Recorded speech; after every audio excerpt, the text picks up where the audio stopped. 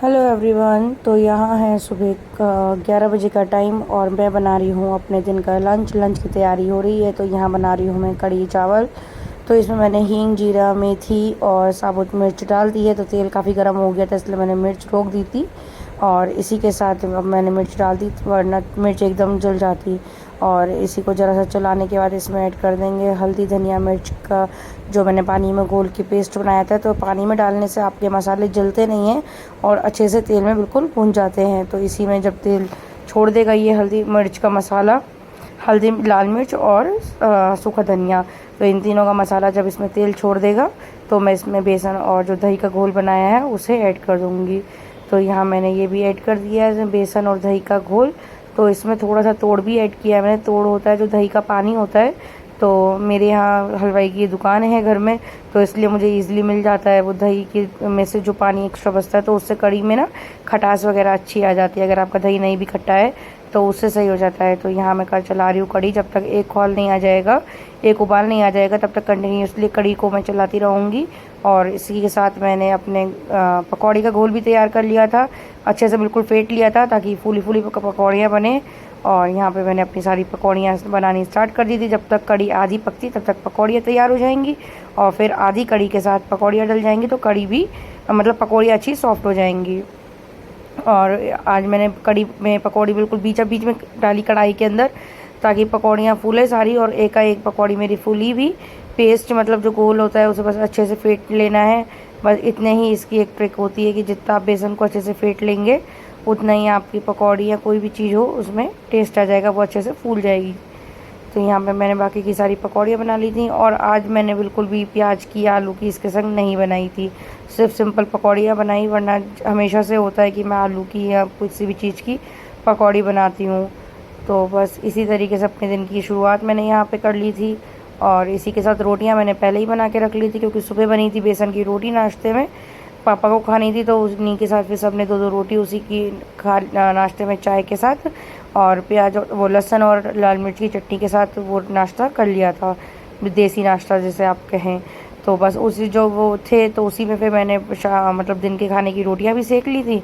तो वो वाला काम मेरा हो गया था। और कढ़ी चावल भगवान जी का, ठाकुर जी का खास भोग है, उन्हें बहुत पसंद है।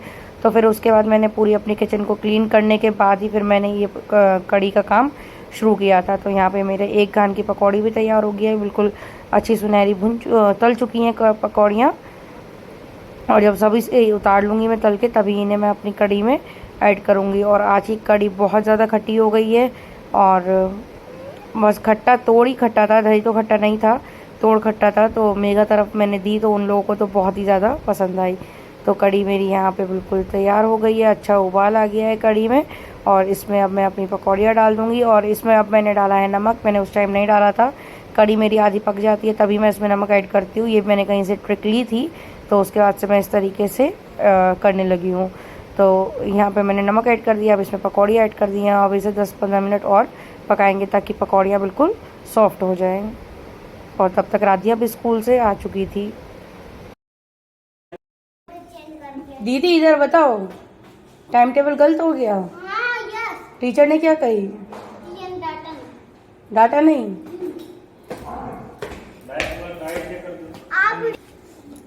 तुम्हें कैसे पता? क्या बनी है, क्या बनी है? वो क्या वो तुम्हें कैसे पता है?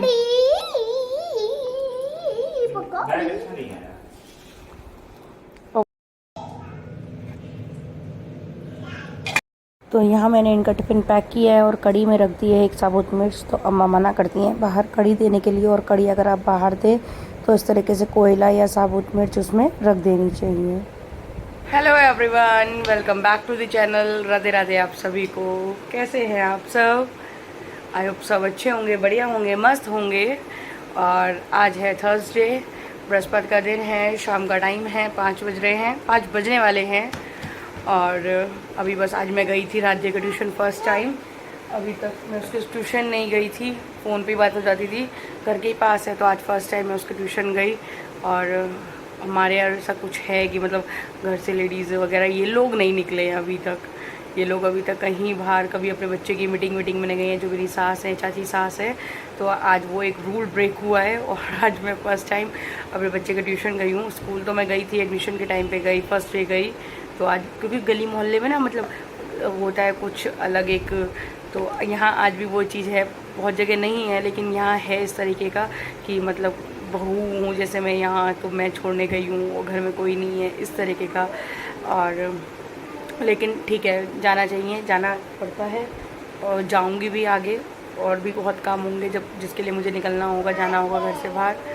तो बस आज सुबह मैंने बनाए थे कढ़ी चावल, अभी आके मैंने खाए हैं। मेरे मुंह में कुछ अजीब सा हो गया है, जैसे छाले भी नहीं है लेकिन कुछ अजीब सा।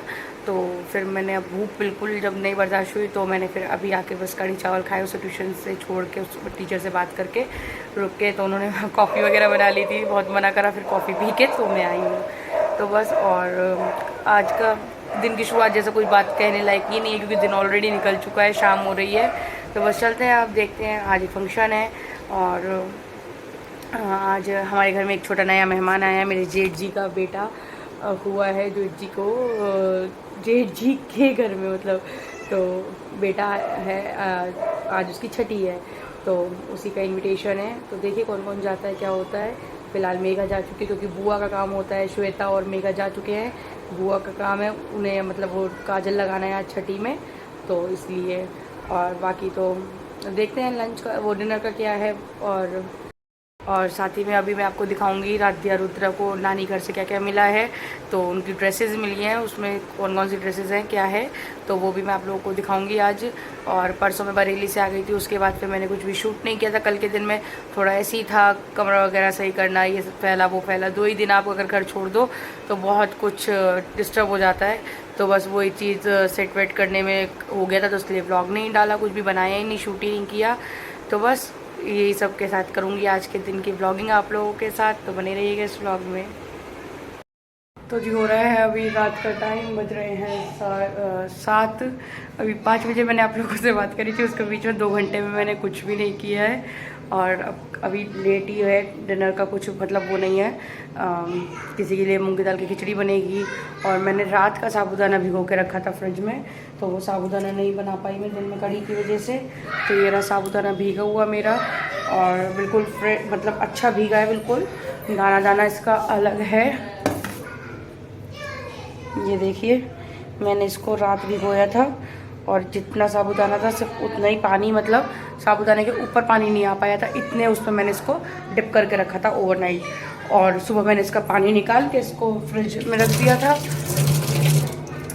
तो फिलहाल बस मैं अपना दिन का सब काम निपटा चुकी हूँ और मैं सोच रही हूँ थोड़ी सी साबूदाने की खिचड़ी बना लेती हूँ। थोड़ी क्या मतलब जितनी ये है, काफ़ी टाइम का पैकेट रखा हुआ था, तो साबूदाने की खिचड़ी बना लेती हूँ। थोड़ी सी मूंग की दाल की खिचड़ी बनेगी किसी के लिए, और बाकी जो जैसे खाएगा फिर उसके लिए वैसे बन जाएगा। मतलब 3-4 डिनर का वो होगा कि थोड़ी सी रोटियाँ सीखेंगी, कड़ी रखी हुई है। और कड़ी अब कोई खाएगा नहीं, मैंने बताया आपको खट्टी के चक्कर में। तो मूंग की दाल की खिचड़ी बनेगी, साबूदाने की खिचड़ी बनाऊंगी क्योंकि साबूदाना बेकार हो जाएगा, और रोटियां सेकेंगी। और बाकी कोई एक सब्जी बनेगी या वो अलग जैसे भी एडजस्ट होगा, अगर सब्जी बनेगी तो, और नहीं तो जैसे भी। बाकी तो मैं चलती हूँ किचन में, बनाती हूँ खाना। और इससे पहले मैं आपको दिखा देती हूँ राधिया रुद्रा की ड्रेसेस जो नानी घर से मिली हैं। तब तक मेरे आलू ठंडे होते हैं जो मैंने साबूदाने के लिए उबाले हैं, तो दिखाती हूँ आपको जल्दी से ड्रेसेस। ये है राधिया रुद्रा के लिए 2 ड्रेसेस। पहले रुद्रा की दिखा देती हूँ। तो ये येलो कलर की ड्रेस है, एक ड्रेस फ्रॉक है, ये बहुत ही प्यारी सी, ये है इसका पूरा लुक। और ये 2 ड्रेसेस, अब मुझे ये नहीं पता कि इसमें से नानी मतलब मामी की कौन सी है और मौसी की कौन सी है, क्योंकि जब आपको अगर याद हो तो मैं उस टाइम पे हम लोग बैठे थे, मौसी चली गई थी मार्केट, तो वही वो दोनों एक साथ लेके आए थे, तो मुझे नहीं पता है। तो ये इस तरीके से है, प्लेन सी, बहुत ही क्यूट सी मुझे लगी, और राधिया रुद्रा के लिए है। और साइज़ बहुत परफेक्ट है दोनों के, और समर के अकॉर्डिंग बिल्कुल सही है। तो देखूंगी कहीं भी पहनाऊंगी इसे मैं जल्दी इसको, बल्कि क्योंकि समर के अकॉर्डिंग बिल्कुल अच्छी है। तो ये है एक फ्रॉक इसकी, और एक है ये स्कर्ट और टॉप, और इसके नीचे लेगी है रेड कलर की। तो ये साइज़ बिल्कुल परफेक्ट है। तो लेगी तो मुझे एक्स्ट्रा में काम आ जाती है, वैसे मैं कभी भी ड्रेसेस के नीचे पहनाती नहीं हूँ। तो ये लेगी तो मैं एक्स्ट्रा में ही रखती हूँ, ऐसे मैं नहीं पहनाती। तो ये देखिए, ये है इसका टॉप ऊपर से, और इस तरीके से बहुत ही सिंपल और सोवर है। और इसकी मुझे टॉप से भी ज़्यादा मुझे इसकी स्कर्ट प्यारी लगी, बहुत ही प्यारी स्कर्ट है। और रुद्रा पे तो खैर ड्रेसेस अच्छी कोई भी लगती है, कलर वगैरह सब उस पर अच्छा जाता है। तो ये उसकी ड्रेस है रुद्रा की। तो अभी तो मैं आप लोगों को ऐसे दिखा रही हूँ, जब कभी पहनेंगे बच्चे तो आप लोगों को याद आ जाएगा कि ये वही नानी घर के कपड़े बच्चे ने पहने हैं। तो ये ड्रेस है रुद्रा की। तो अभी मुझे वाकई नहीं पता कि ये ड्रेस है कि कौन सी किसकी है, क्योंकि दोनों एक साथ ही गए थे। तो ये दोनों तो हो गई रुद्रा की ड्रेसेस। अब मैं दिखाती हूँ आपको राध्या की। तो ये है राध्या का, ये है बैलून टॉप जो नीचे इसमें इलास्टिक होती है इस तरीके का।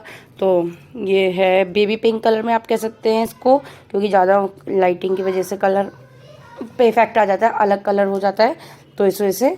और ये उसमें बेल्ट लगी हुई थी, बेल्ट के लुक में आई थी मतलब ये। तो ये तो साटन है आई थिंक, ऐसा कुछ है। और इसके संग है राध्या के लिए ये जींस एम्ब्रॉयडरी वर्क की। तो इस तरीके की ये सब पैटर्न हम लोग पहले छोटे पे पहना करते थे, अब ये पैटर्न दोबारा रिपीट हो गए हैं। तो हाई वेस्ट वाली ये जींस है इसकी, ऊपर बटन्स की, और ये लुक है इसका। तो ये भी बहुत अच्छा मुझे लगा, कपड़े दोनों ही मुझे बहुत प्यारे लगे। इसमें भी मुझे नहीं क्लियर है कि कौन सा मामी का है और कौन सा मौसी का है। तो ये हो गई इनकी राध्या की एक ड्रेस, और एक है रुद्रा और राध्या की, दोनों सेम है इसमें। तो राध्या की है ये पिंक कलर और रुद्रा का है रेड कलर। तो इसकी फ्रॉक मुझे बहुत ही प्यारी लगी। नीचे स्कर्ट इसकी वो है, उसका स्कर्ट का पैटर्न अलग है रुद्रा की, और राध्या का स्कर्ट का पैटर्न अलग है। इसमें ये प्लेट्स वाली है, ये भी पहले चला करती थी। तो इसमें सब पैटर्न अब क्या है वापस आ रहे हैं, सब पैटर्न बच्चों के हों चाहे हम बड़ों की क्यों ना हो, सब पैटर्न रिपीट होता है। तो इसमें भी ये लेगी है, लेगी मैं नहीं पहनाती हूँ, वही कभी भी मतलब वैसे काम आती है मेरे को। और ये है, और पता है मुझे एक चीज़ मैंने ट्राई करी कि इस स्कर्ट के ऊपर ये टॉप बहुत अच्छा लगा, एकदम समर वाइब्स आ रही थी इस ड्रेस को कॉम्बो को पहना के मुझे, क्योंकि मैंने उस दिन ट्राई किया था नानी घर पे ही इसको। तो साइज़ वगैरह मतलब क्लियर था इसलिए करा था। तो इसकी ना ये चीज़ पहना के बिल्कुल समर्स वाइब्स आ रही है कि हाँ गर्मियों में आपने बिल्कुल लाइट और बहुत ही लाइट वेट कपड़ा पहना है और लाइट कलर्स के साथ पहना है। और ये जो मैंने जीन्स के साथ, फिर इस टॉप को मैंने जीन्स के साथ पहनाया, तो इसका मुझे कॉम्बो मतलब अच्छा लगा, पिंक फ्लावर्स पिंक वो इस तरीके से। तो खैर बच्चे की चॉइस रहेगी, तो बच्चा जैसा पहने मेरा, क्योंकि राध्या थोड़ी सी मूडी हैं। और बाकी कपड़ों में मुझे बहुत पसंद आए, चॉइस मुझे बहुत अच्छी लगी। आप लोग भी बताना बच्चों के मेरे कपड़े आप लोगों को कैसे लगे।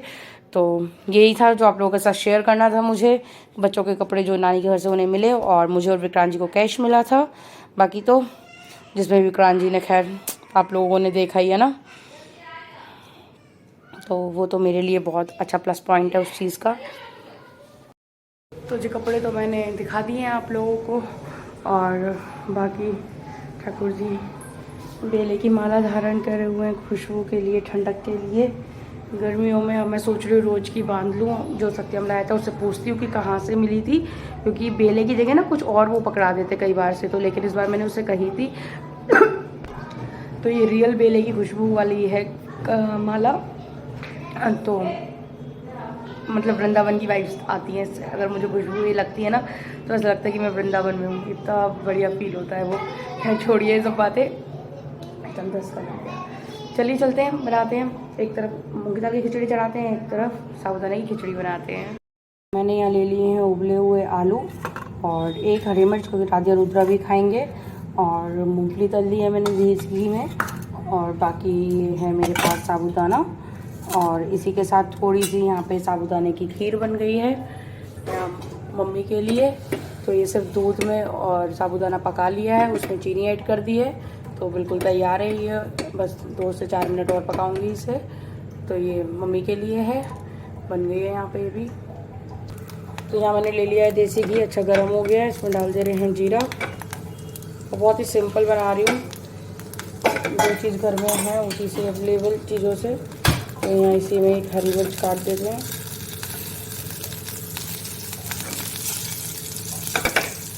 इसमें डाल देते हैं ये आलू। गैस हल्की कम कर दें, अभी इन्हें थोड़ा सा लाल हो जाए तभी इनमें ऐड कर देंगे अपना साबूदाना।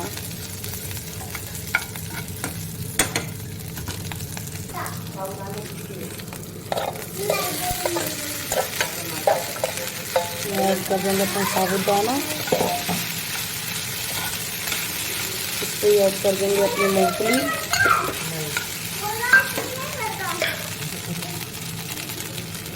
नमक, हल्का ही नमक, और ऐड कर देंगे इसमें काली मिर्च,